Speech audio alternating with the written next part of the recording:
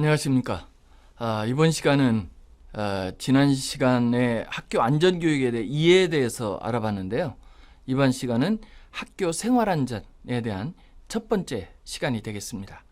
자, 그러면 이 학교 생활안전에 대한 내용 중에서요. 우선 과학 실험 학습 활동 중에 우리가 어떻게 안전에 대해서 이 조심을 해야 되느냐, 안전을 지킬 수 있느냐 하는 내용인데요. 우선 이 사례를 한번 살펴보도록 하겠습니다. 그래, 과학 실험 학습 활동 중에 일어난 화재 및 폭발 사고가 되겠는데요. 먼저 첫 번째 사례를 보면 초등학교에서 일어난 사고입니다. 4학년이 이제 과학실에서 실험을 하는 도중인데 열 전도 실험 중에 실수로 책상에 알코올이 쏟아져 가지고 불이 붙어서 가까이 보던 한 학생의 머리카락과 상의에 불이 옮겨 붙어 머리나 목, 몸통에 2도 화상을 입게 된 이러한 사고가 있었습니다.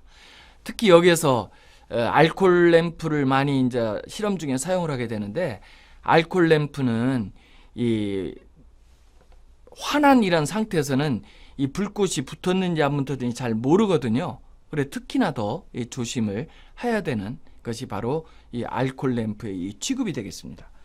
자, 두 번째 사고를 보면은요, 이 메탄올 불꽃 반응 실험 중에 메탄올, 그러니까 알코올 램프에 사용하는 것이 바로 이런 메탄올인데요. 흔히 이제 메틸 알코올을 이제 메탄올이라고 이렇게 얘기를 합니다. 우리가 보통 사용하는 알코올이 뭐 여러 가지 알코올이 있습니다만은 두 가지로 나누는데 에틸 알코올과 메틸 알코올이에요. 그래서 에틸 알코올은 우리가 먹는 소주 거기에 사용하는 이제 주정이라고 하는 건데요. 그거는 이제 식용으로 이제 사용이 되는 거고, 이 메탄올, 이제 메틸 알코올이라고 하는 거죠. 이 메틸 알코올, 메탄올은 이제 주로 알코올 램프라든지 이러한 연료용 또 차량의 워셔액으로도 많이 사용이 되는 것이 바로 이런 메탄올입니다. 근데 이러한 메탄올이 흘러나와 가지고 불이 붙은 다음에 칼륨과 반응을 하게 되면 이제 폭발을 또 하게 됩니다. 그래서 이러한 것이 폭발 반응에 대한 시범을 보인 후에 불꽃이 꺼진 줄 알고 메탄올 용기를 기울이면서 이러한 메탄올이 유출돼 가지고 이러한 불꽃이 옮겨 붙어서 얼굴 3도 화상 난 것이 2명, 그리고 10명의 부상자가 이렇게 발생이 됐습니다. 조금 전에 일어났던 사고와 비슷하죠?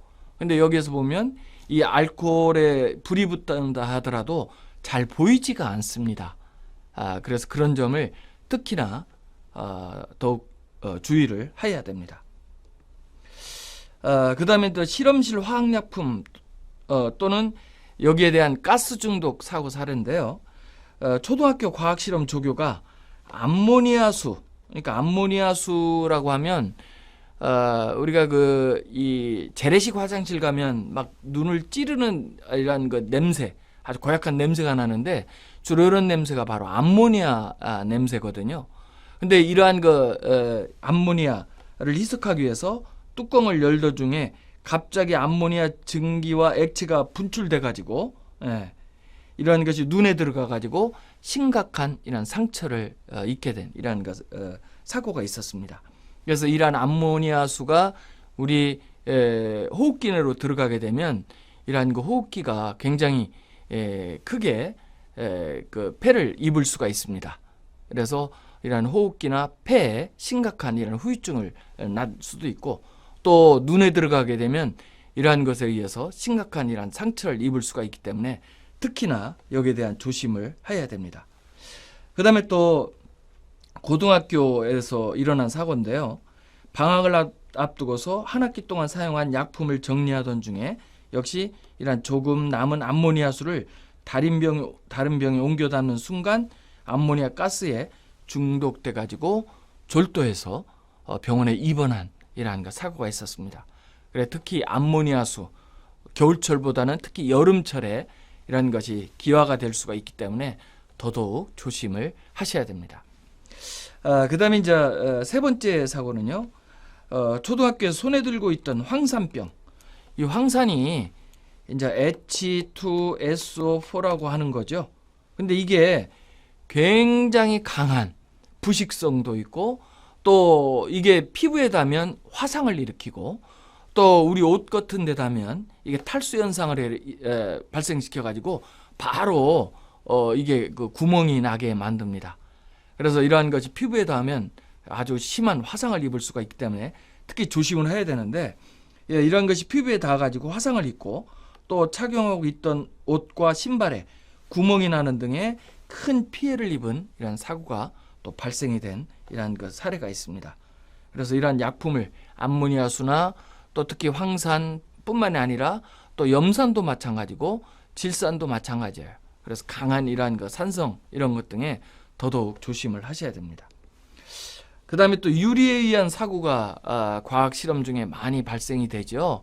왜냐하면 과학 실험 중에 사용하는 이러한 기구 등이 전부 다 유리 기구 등이 굉장히 많거든요. 뭐 비커라든지 또는 그 피펫이라든지 이러한 것들이 많기 때문에 이러한 것이 깨지는 이러한 그 사고가 많이 발생이 됩니다.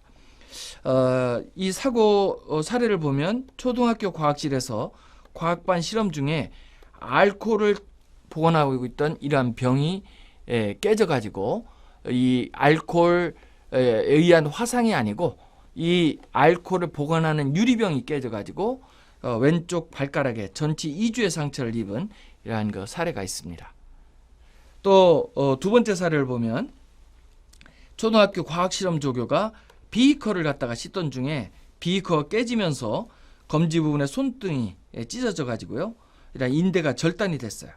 근데 이제 인대가 절단됐기 때문에 수술 후에도 그 후유증이 굉장히 오랫동안 이게 가게 되는 거죠. 또 잘못하면 회복이 또 안 될 수도 있기 때문에 이런 그 유리 기구를 갖다 취급할 때는 더더욱 조심을 해야 될 것 같습니다. 그럼 이런 과학 실험 학습 활동의 사고의 원인을 보면은요, 우선 그 교사의 입장에서 보면 이러한 그 교사들이 수업 준비의 부족에서 오는 사고도 많고요. 그 다음에 학생들한테 이러한 수업을 하기 전에 이러한 것에서 올 수 있는 사고에 대한 위험성에 대한 안전교육을 미리 시켜야 되는데, 이런 안전교육을 시키지 않는 이러한 것이 이러한 사고를 일으키는 요인이 됐다 하는 경우가 상당히 많습니다. 또 약품 및 실험 도구에 대한 관리 소홀에서 오는 이러한 사고도 많거든요. 그래서 이러한 그 사용하는 약품들, 또 이러한 실험 도구들, 이런 것이 굉장히 위험한 것이 많기 때문에 여기에 대한 철저한 관리가 요구가 됩니다. 그리고 이제 두 번째, 학생들은 보면은요, 주로 방심과 부주의에서 오는 이런 사고가 많습니다. 또 이러한 그 실험을 하면서 장난을 많이 치거든요. 초등학교 중학생들 특히. 그래서 이러한 그 초등학교 중학생들의 이런 장난치지 않도록, 또 지도교사나 조교에 특히 그 지시를 따르도록 사전에 철저한 안전교육이 필요하다는 겁니다. 그 다음에 또 지식의 부족, 이 실험 교육을 실시하기 전에 오늘 사용할 이러한 약품 등은 이러이러한 위험성이 있다라는 것을 학생들이 알고서 그걸 약품을 취급을 해야 되는데, 이런 것을 미리 알려주지 않으니까 이러한 지식의 부족으로 해서 오는 사고가 굉장히 많습니다. 그리고 실험 조작의 미숙에서 오는 이런 사고가 많죠. 그래서 이런 실험 조작할 때는 반드시 교사의 지시를 따르고 또 교사가 시키는 대로 그대로 해야 되는데 그런 게 잘 지켜지지 않는 겁니다. 또 교사는 분명히 얘기를 했는데도 이런 것이 충동적으로 어떤 행동을 한다든지, 또는 호기심에서 그러한 그 교사의 지시를 따르지 않고 자기 마음대로 행동을 해가지고 오는 이런 사고가 많습니다. 그래서 교사나 학생들은 이러한 점을 유념을 해가지고 이러한 그 과학 실험 학습 활동을 진행해 나가야 될 것 같습니다. 자, 그러면 과학 실험 학습 활동의 기구의 사용법에 대해서 이제 알아볼 텐데요. 먼저 알코올 램프입니다. 이 알코올 램프의 사고가 상당히 많죠. 자, 우선 이 알코올 램프를 사용하기 전에 알코올 램프의 높이가 가열 장치에 알맞은가, 그래서 알코올 램프의 불꽃이 올라오는 부분에 약간 그 기구에 닿을 수 있도록 그 높이를 적절하게 조절을 해야 됩니다. 너무 딱 붙어도 안 되고, 또 이게 불꽃하고 길이가 또 너무 멀게 되면 제대로 가열이 되지 않기 때문에 적절한 높이, 이런 것을 교사의 지시에 따라서 제대로 이런 것이 이루어져야만이 됩니다. 왜냐하면 이런 높이가 너무 높다든지 낮다든지 할 때 이걸 다시 이 알코올 램프를 갖다가 조절하면서 알코올 램프가 떨어져서 사고가 나는 경우가 많습니다. 그렇기 때문에 미리 교사나 조교는 그러한 높이를 적절하게 미리 조절을 해놓는 이런 것이 중요하다고 할 수가 있습니다.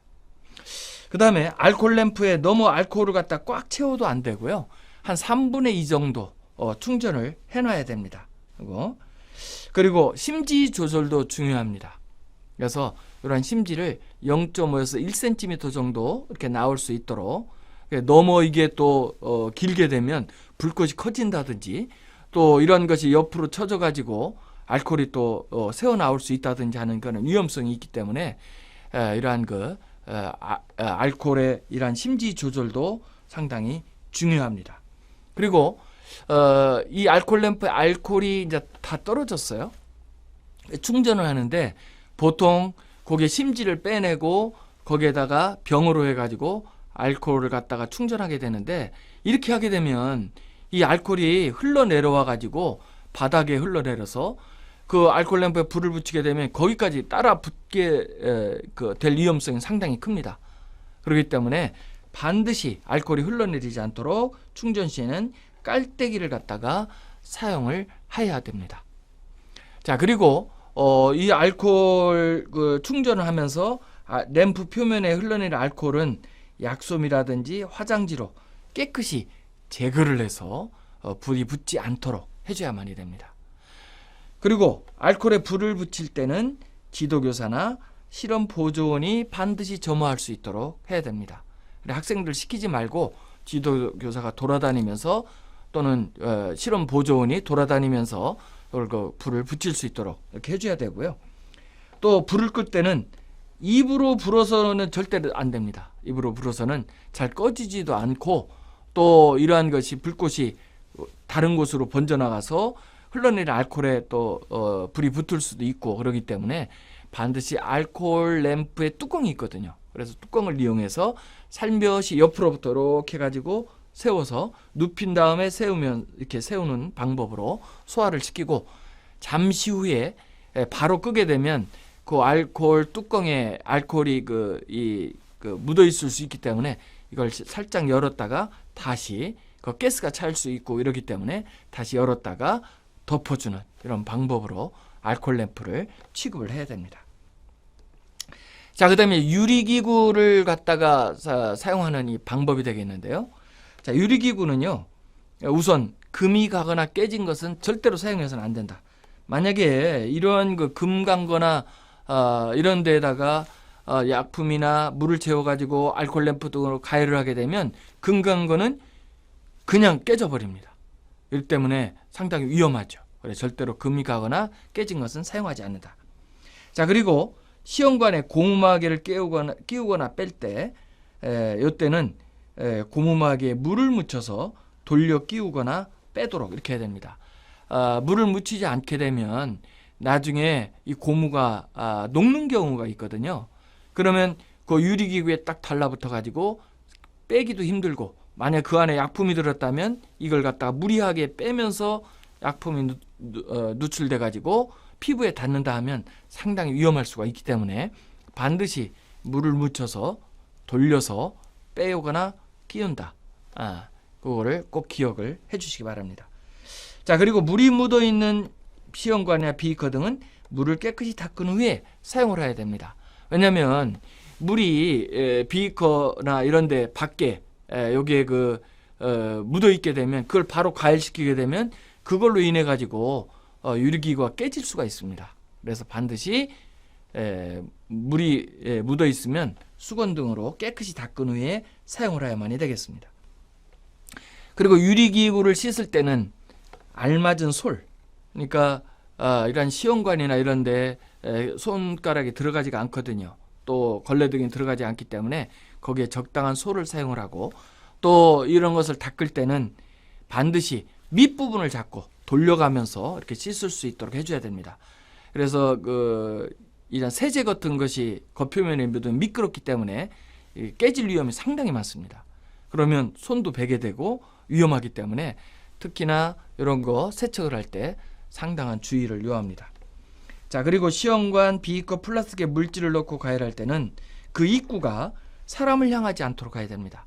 왜냐하면 이런 것이 끓어가지고 그 가스가 나올 수도 있고, 또 이게 폭발돼가지고 입구로 분출이 될 수도 있기 때문에 절대로 가열할 때 그 입구가 사람을 향하지 않도록 하는 거, 이게 상당히 중요하죠. 그 다음에 이제 화학약품에 대한 취급인데요. 자, 화학약품의 모든 용기는 약품의 명칭을 반드시 기재를 해야 됩니다. 그래서 여기에는 약품의 이름, 그 다음에 이 약품에 대한 위험성이 뭐가 있는가, 그리고 만약에 이런 거에 오염이 됐을 때 우리가 어떻게 해야 되는가, 또 예방조치는 어떻게 해야 되는가, 뭐 구입한 날짜, 합성 물질, 사용제 이름 등이 포함되도록 해가지고 모든 용기에 약품의 명칭이라든지 이러한 내용 등이 거기에 기재가 될 수 있도록 해줘야만 됩니다. 근데 이제 이 약품을 관리하는 사람이 이거는 내가 여기다가 해놓은 거기 때문에 나는 알 거야 라고 하고, 이런 그 라벨이 붙어 있지 않는 이러한 그 약품 용기는 다음번에 다른 사람이 와가지고 이걸 사용한다는데 엉뚱한 약품을 사용할 수도 있고, 또 설사 자기가 기억을 해낸다 하더라도 며칠 지나서 이걸 보면 이게 그 약품인지 아닌지 헷갈릴 가능성도 상당히 많습니다. 그렇기 때문에 이런 약품의 명칭이 없는 이런 용기 약품은 절대로 사용하지 않는다. 이게 상당히 중요하죠. 자, 그리고 용기가 찌그러지거나 본래의 성질을 잃어버리면 폐기하도록 되어 있습니다. 그래서 폐기 시에는 안전하게 규정에 맞도록 폐기 처분을 해야만이 되겠습니다. 그리고 모든 약품에 대해서 맛을 본다든지 또 냄새를 맡는 행위는 절대 금해야 됩니다. 한두 번만의 호흡, 또 한두 번만에 이렇게 냄새를 맡는 것만으로도 아주 치명적인 수 있는 그런 약품 등이 상당히 많습니다. 그리고 특히 이제 이 약품을 갖다가 소량을 옮길 때 피펫이라고 하는 이런 물질을 사용을 하는데요. 이런 그 피펫을 갖다가 입에다 빨고 쭉 빨아들여서 그걸 하는데 잘못하면 너무 세게 빨아들여 가지고 입으로 들어올 수도 있습니다.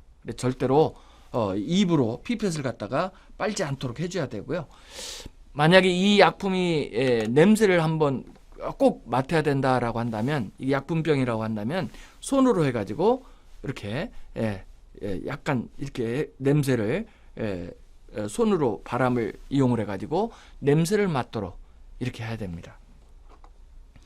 자, 그리고 엎질러졌을 때는 바로 어떤 약품이든 간에 즉시 청결하게 조치를 해야 됩니다. 물걸레 등으로 해가지고 닦아내고, 그 약품이 묻은 물걸레는 많이 그 물로 헹궈가지고 그 다음에 세제를 이용해서 세척을 해야 됩니다.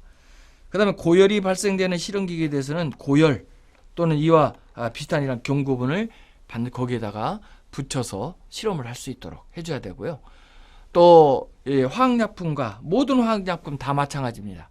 직접적인 접촉을 피해야 된다. 이런 점을 화학약품에 대해서 특히나 유의를 해야만이 됩니다. 그 다음에 이제 화재 사고에 대비해 가지고요, 소화기를 반드시 비치를 꼭 해놔야 되겠고요. 또 유기용매, 유기용매라고 하면 뭐 알코올이라든지 벤젠이라든지 뭐 이런 거거든요. 근데 이런 것 등이 수소나 암모니아 가스, 또 이런 것 등도 이렇게 섞이게 되면 폭발할 수가 있는 이러한 위험이 있기 때문에 절대로 누출되지 않도록 밀폐해서 보관을 꼭 해야 되겠고요. 또 이런 유기용매를 갖다가 실험실 안에 뚜껑을 열어놓은 채로 하면 공기 중에 이게 쫙 퍼져가지고요, 우리가 그 실험실에 불을 딱 킨다고 그랬을 때 스파크가 발생이 되면서 동시에 폭발이 될 위험성이 있습니다. 그런 점에 특히나 더 주의를 해야 되겠고요. 또 황인이라는 게 있어요. 황린이 있는데 이런 물질이라든지 칼륨이라든지 나트륨 이런 것 등은 보통 이제 우리가 석유 안에 이거를 보관을 하거든요.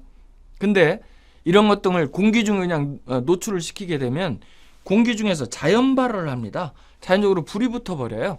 그래서 반드시 이런 것 등은 꼭 석유에 보관을 하고 필요할 때마다 이런 것을 조금씩 떼어가지고 실험을 바로 할 수 있도록 해줘야만이 됩니다.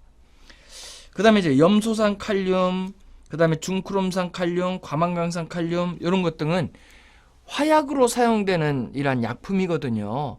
특히 여기에 탄소, 그러니까 숯가루 등이죠. 숯가루와 같은 거, 이런 탄소라든지 또는 유황 이런 거 분말하고 섞여서 마찰하면 폭발을 합니다. 여기 화약이 되기 때문에. 그래서 특히나 이런 점을 더더욱 이렇게 조심을 해야 될 것 같습니다. 자, 그다음에 이제 부식성으로 인한 사고가 되겠는데요. 부식성 액체라고 하는 것은 아까 그 사고 사례에 대해서 제가 말씀을 드렸습니다만은 강한 알칼리, 그러니까 NaOH 수산화 나트륨 같은 게 있거든요. 또 암모니아수라든지 이런 또 수산화 칼륨 KOH라고 하는 수산화 칼륨 이런 것을 강한 알칼리라고 그래요. 그래서 강한 알칼리는 NaOH 그다음에 KOH라든지 그다음에 NH4OH 이거는 암모니아 수가 되겠고요. 이거는 수산화 칼륨, 이거는 수산화 나트륨 이런 것이 강한 알칼리거든요. 그다음에 강한 산성은 뭐냐? 염산이라든지 또는 질산이라든지 황산, 또 강한 환원제 이런 것 등을 부식성 액체라고 얘기를 합니다. 그래서 이런 것이 피부, 눈에 접촉할 때는 특히 위험하고 만일 입으로 들여 마시게 되면 점막이나 이런 조직에 치명적인 손상을 입습니다. 이런 것 등에 대한 특별한 조심을 해야 되는데 반드시 그러기 때문에 과학 실험을 할 때 이런 걸 다룰 때는 실험복, 그 다음에 마스크, 보안경, 고무장갑 그래서 이런 것들 꼭 착용을 하고 실험을 해야 되겠고요.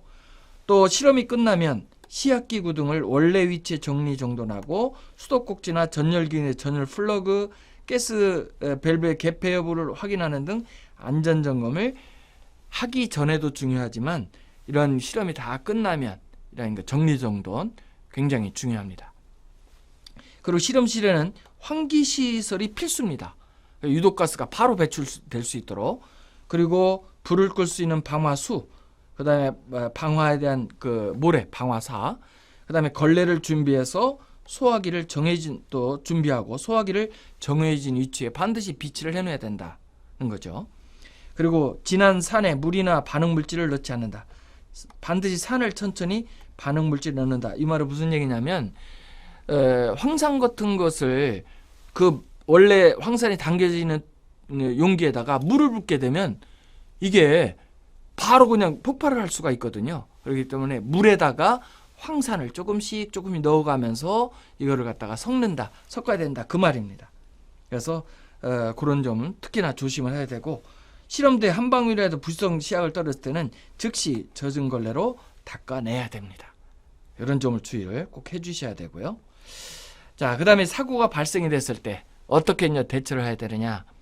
자, 정확하고 신속하게 대응을 해야 되는데, 실험실 내 비상 샤워기, 또 세면할 수 있는 세안장치, 얼굴을 씻을 수 있는, 그 다음에 피난 사다리, 그 다음에 왕관기, 블라스트에 탈출할 수 있는, 또 불을 끌 수 있는 소화전, 소화기 등 안전장비 및 비상구에 대해서 잘 알아놔야 됩니다. 그리고 화재 났을 때 어디로 대피해야 되는가 하는 이런 비상구를 잘 알아놔야 되죠. 그리고 주변 사람들에게 신속하게 통보를 하고, 또 초기에 신속히 진압하는 것이 중요합니다. 모든 화재는요 5분 이내 가까이 있는 소화기로 진압을 해야 되는 거지, 소방차가 출동해서 불을 끄려고 하게 되면 이거는 걷잡을 수 없도록 이 불이 번져 있는 그런 상태이기 때문에